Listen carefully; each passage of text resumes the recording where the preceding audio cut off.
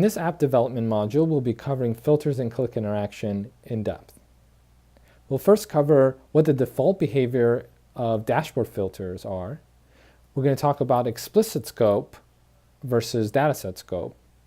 We'll talk about click behavior in the context of these different types of scopings, and we'll end with some design considerations.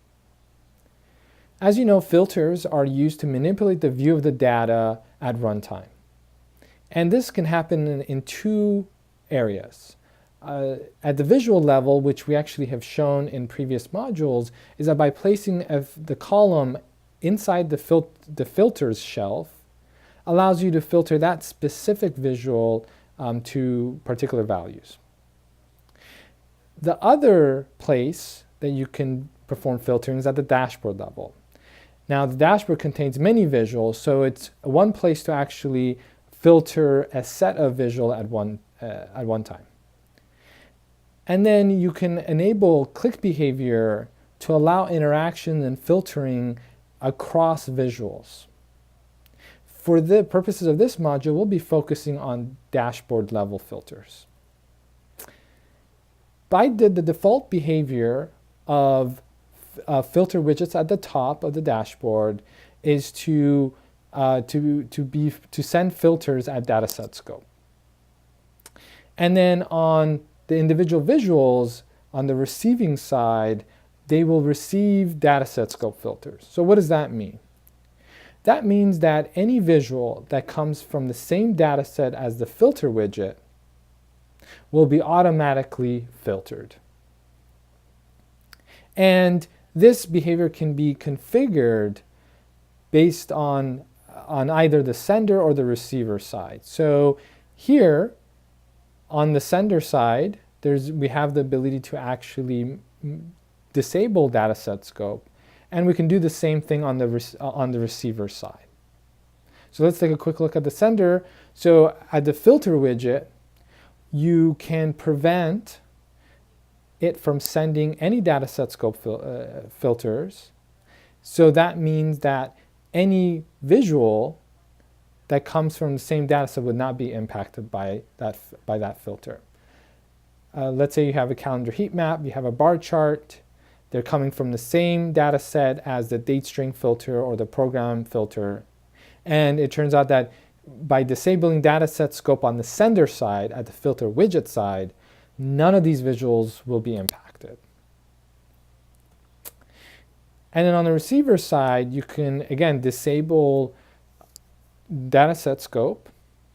But the key difference here is that this is happening at the visual level. So other visuals would not be impacted. So even though for a calendar heat map, you would disable dataset scope, so it actually is not impacted by the date string filter widget or the program filter widget, the bar chart below it would continue to be filtered automatically. And this is known as explicit scope.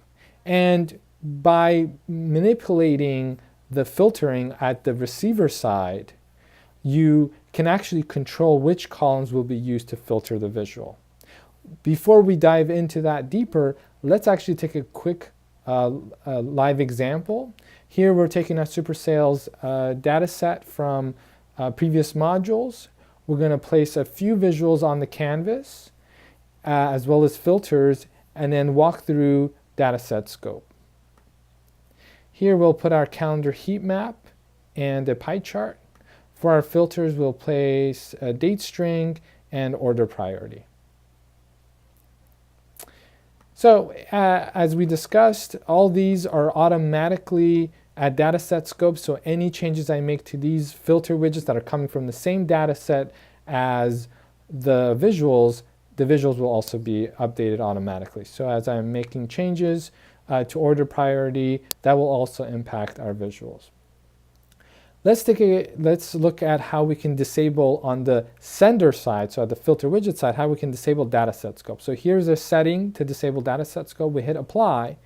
And so that means that if we continue to make changes to the order date string, it will actually not have any impact. So again, by making selections So here for 2010, it's actually not impacting the calendar heat map.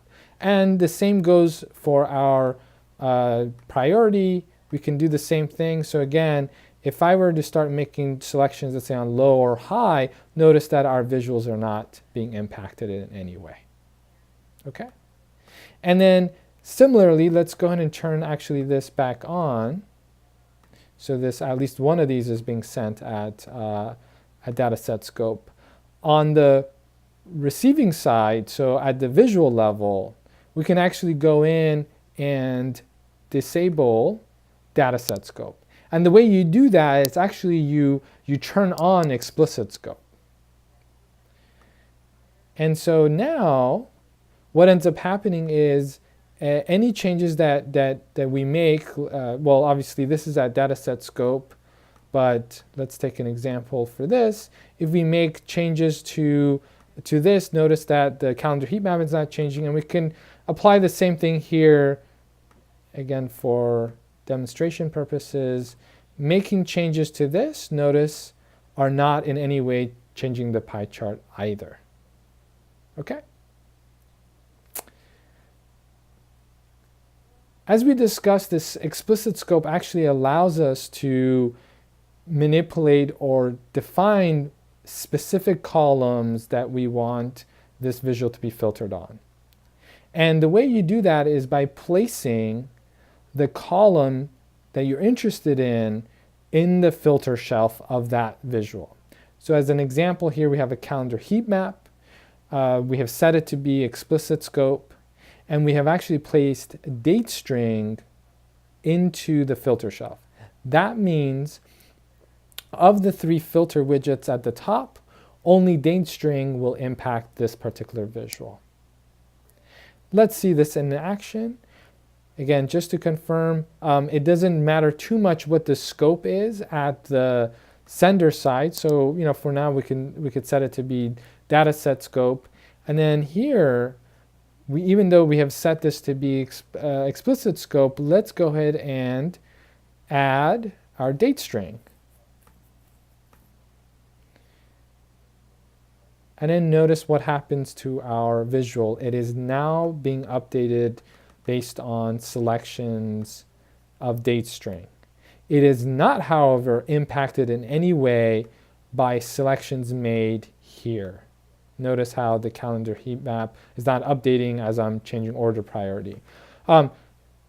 Similarly, we can actually come in here, again, just to confirm, we have explicit scope set. We can come in here and actually add order priority to this. And we'll now see this visual all being actually updated based on selections made to order priority. But any changes to the actual order date string is not impacting this visual. Okay? So that's explicit scope. Click behavior is also by default dataset scope. That means when you enable click behavior for one visual, all the other visuals that come from the same data set as the sending or as the source will be filtered. Here we have a calendar heat map. Both the bar chart and the pie chart will be filtered automatically. And as we discussed, the way you set it up is you enable filter on click. In order to test it, you click test click behavior, and you'll see both your pie chart and bar chart updated automatically. And you can, on the sender side, so at the calendar heat map, you can actually set it so that way it does not send out a dataset scope. And that would mean that other visuals that are coming from the same data set would not be automatically filtered. Okay? But instead, what you can do is you can explicitly specify the particular columns that you want the other visuals to be updated if explicit scope is being used. Okay? Let's end with a few design considerations. As you recall, you can set filters at 2 different places. You can have them at the visual level, and you can have them at the dashboard level.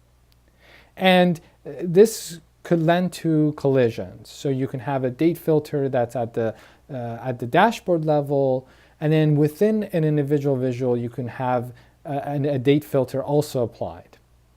And if you do that, it'll create confusion. It might be unexpected behavior. The user is making selections at the dashboard level, but it's not getting reflected properly at the visual level because there is a visual level filter that's overriding it. So be really careful when designing your dashboard.